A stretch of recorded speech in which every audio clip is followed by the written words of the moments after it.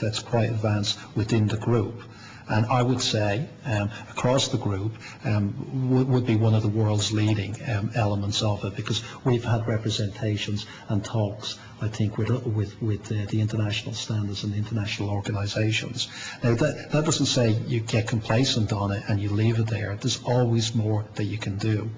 And what we're doing is looking at how we can enhance those systems going forward. And what John's talking about is that design of the systems that's taken place to improve it going forward. I'll only interrupt once more on yours, because we've got to go to Senator O'Brien.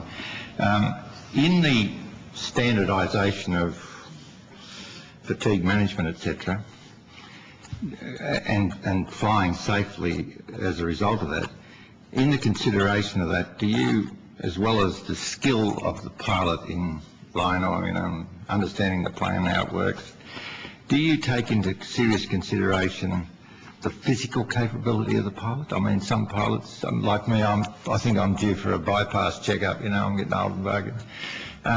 But do you consider whether that bloke could run up that flight of stairs? I mean, there was an issue here with security some years ago, but not talk about now, where I used to think, well, if I was causing trouble here, all I'd do is run up those stairs and he wouldn't be able to come up after me because he's unfit. Do you have a minimum requirement? Do you check cholesterol? Do you check the fatigue that comes from prostatitis and all those sort of things? I get Pierre to comment on that, Pete. Yes, they have standard medicals that they have to do. Those medical requirements change with age, so obviously, without going into the detail of each particular medical, but basically the older you get, the more stringent and the broader and the more frequent those checks become, for that very reason that you're addressing. Senator Xenophon. I don't understand, if the Qantas group has consistent standards, why would there be a different fatigue risk management system for Jetstar compared to Qantas? I don't understand that, and it seems that whatever fatigue risk management system is in place now, there's a new one being developed. Is that a fair summary? The group standard will be the same right across the group. There is already a policy and a standard will be set, outcome-based wherever possible and prescriptive where required. But the implementation could be different for each airline. Well, if the implementation needs to be different in order to meet the needs of the specific operation, meeting the same standard, the same outcome, that may well be the case. But it's the same as when we talked about pilot training and pilot recruitment.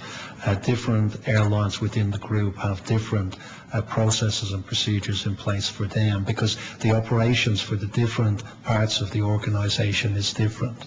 They operate different aircraft and different route structures and different networks, so we've always regarded it as appropriate.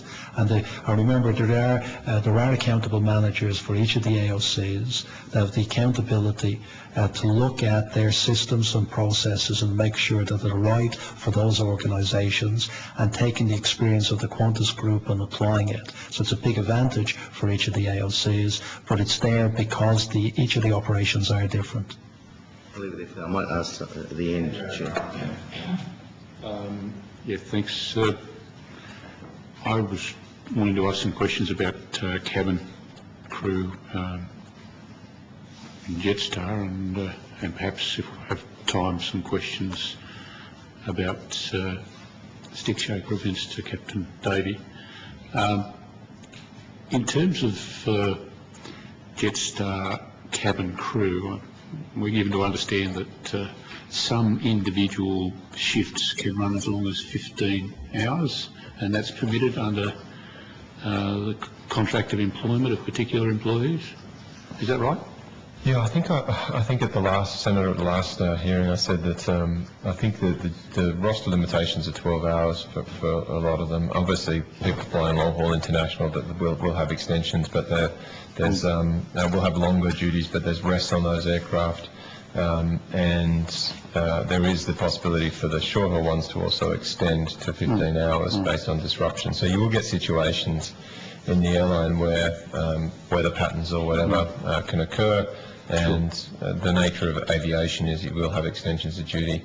But I just come back to the average hours worked. I mean, that they're the anomalies that tend to get a bit of focus. But the average hours worked for a cabin crew member across our business is 27 hours a week. Sure. I guess if we're looking at the issue of fatigue, and it's suggested that shifts can be as long as 15 hours. What I would like to know is how frequently would an employee encounter such a shift? If it occurred, would that mean that they would automatically be rostered off for a set period? How does that work? Yeah, there's rest periods that occur once a duty time limit like that has been extended, and they're extended rest periods. So we're happy to provide you with that information. Yeah, but, sure. It'd be a fairly That would be helpful to understand, because if there's a delay in the system or a weather problem and there's no crew available, or for example if, as I'm also told occurs, cabin crew arrive at a place which should be the end of their shift but find that there's a staffing problem and they're asked to effectively perform another shift. That would be also where this extended shift arrangement would occur. And I'd be keen to know what guarantees the staff have of extended rest periods and limitations of those impositions. So if you can help us either now or on notice, that would be good. I think maybe to talk in broad terms about that, I mean, the last few months in particular, and as you can imagine in aviation, disruption has been quite amazing given Christchurch, Japan, the Queensland floods, Cyclone Yassi, the volcanoes in Bali, and a series of other events that have caused us a lot of disruption across our network. So you do get a lot of crew out of base, but what ends up happening actually is we've had to cancel a lot of flying because we've had crew out of hours on rest periods, we've had crew in the wrong base, we've tried to move crew out of certain ports like Alan was talking about on Tokyo, and therefore we've had to cancel a series of flights because of those events. But rest periods are definitely adhered to when duties are extended, and I can give you some backup on that. But I just say that they're it's easy to focus on the anomaly, and in any industry, in any work, when it comes to you can imagine a finance person when it comes to budget time, or there's always periods of time where anomalies occur and people do work longer hours. But the average hours, I think, is the best sign of the average work that people are doing. Well, I'd be happy if you can supply us additional information I requested on notice. I'd appreciate that. Another issue that's been raised with us is the incidence of fatigue staff who arrive at home base and then need to transport themselves home in a fatigue state. I'm reminded of circumstances where a doctor working an extended shift, a doctor in training working an extended shift in a country hospital then attempted to drive home and was killed in an accident. Now, the issue that's been raised is, of course, some studies suggest that at a certain stage of fatigue, you're likely to be affected worse than if you were driving under the influence of alcohol. Is that something that's been considered in your assessment of duty hours and the welfare of crew?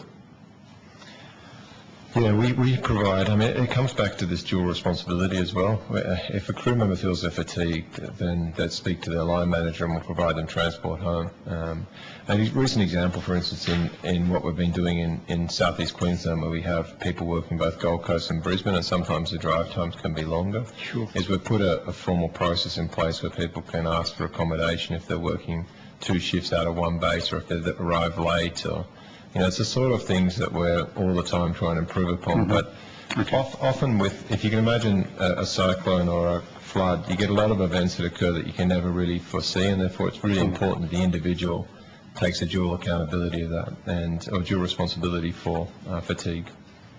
Sure. Is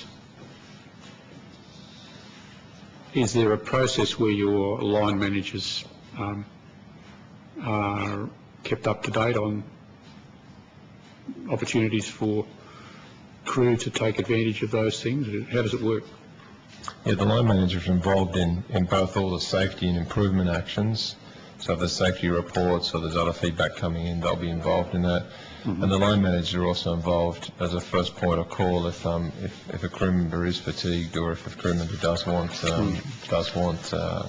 take some time off, or whatever the particular story would be, they would be involved in that. I mean, there must be circumstances where there's, you need someone to work extra time, and there's a view of the employee that they don't feel they're up to it, and them not feeling up to it means you're going to have to cancel a flight because you haven't got anyone else. What instruction do you give your line managers about that sort of conflict? Because clearly that's where a conflict's going to occur. If someone's pleading for staff to do a job and the staff member's sort of saying, well, I really don't feel up to it.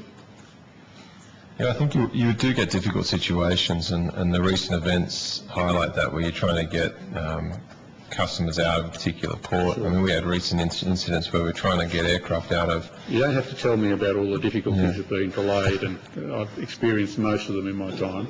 And I've been told a lot of stories too about difficulties in getting crews for particular aircraft when time limits have expired. So I understand that, but sorry for interrupting. I just thought I should put that on the record. Yeah. I think it is a thing across the group.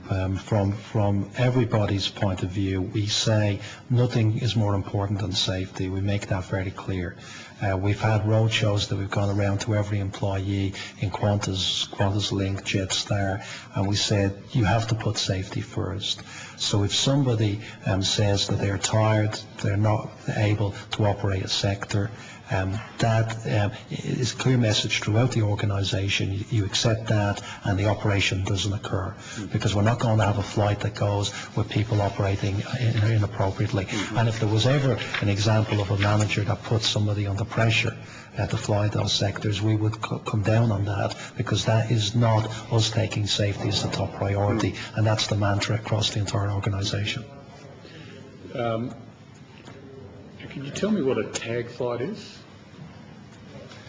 A tag flight is a flight that extends often from an international service. So an aircraft may arrive, for instance, to Gold Coast or Cairns or Darwin, and then will continue on that international flight into another port. That's often what's referred to as a tag flight. So is it a domestic leg as well as an international leg at the same time? It can be technically can be flown as an international or domestic leg, but it's as far as what we're trying to do from a customer perspective is it's a through flight that stops in a port is the best way to think about it.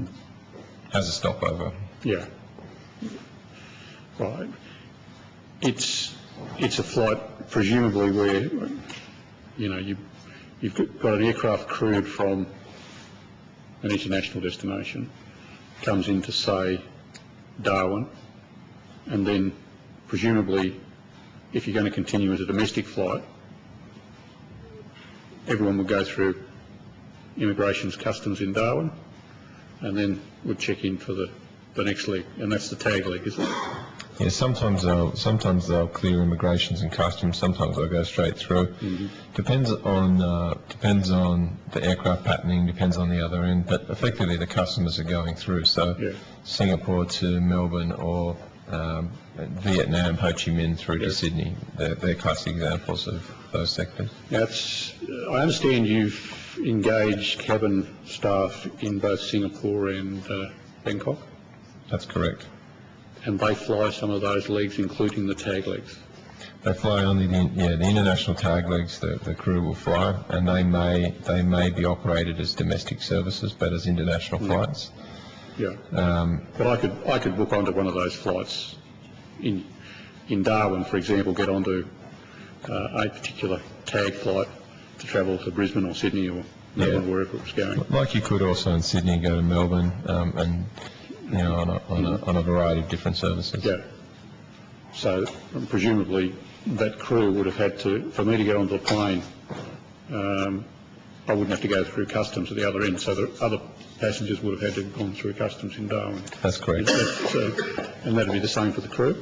Yeah, it depends on the terminals they operate out of. You would have seen, for instance, in some of the, like in Sydney, for instance, if you operate out of the international terminal, your domestic passenger, they give you a special sticker. I haven't done that, so I've not had one of those stickers, but okay. So there's a variety of different terminals and different immigration requirements, and we try and best meet the airport and government immigration requirements at the particular ports. Okay. So those crew would continue. What length of flight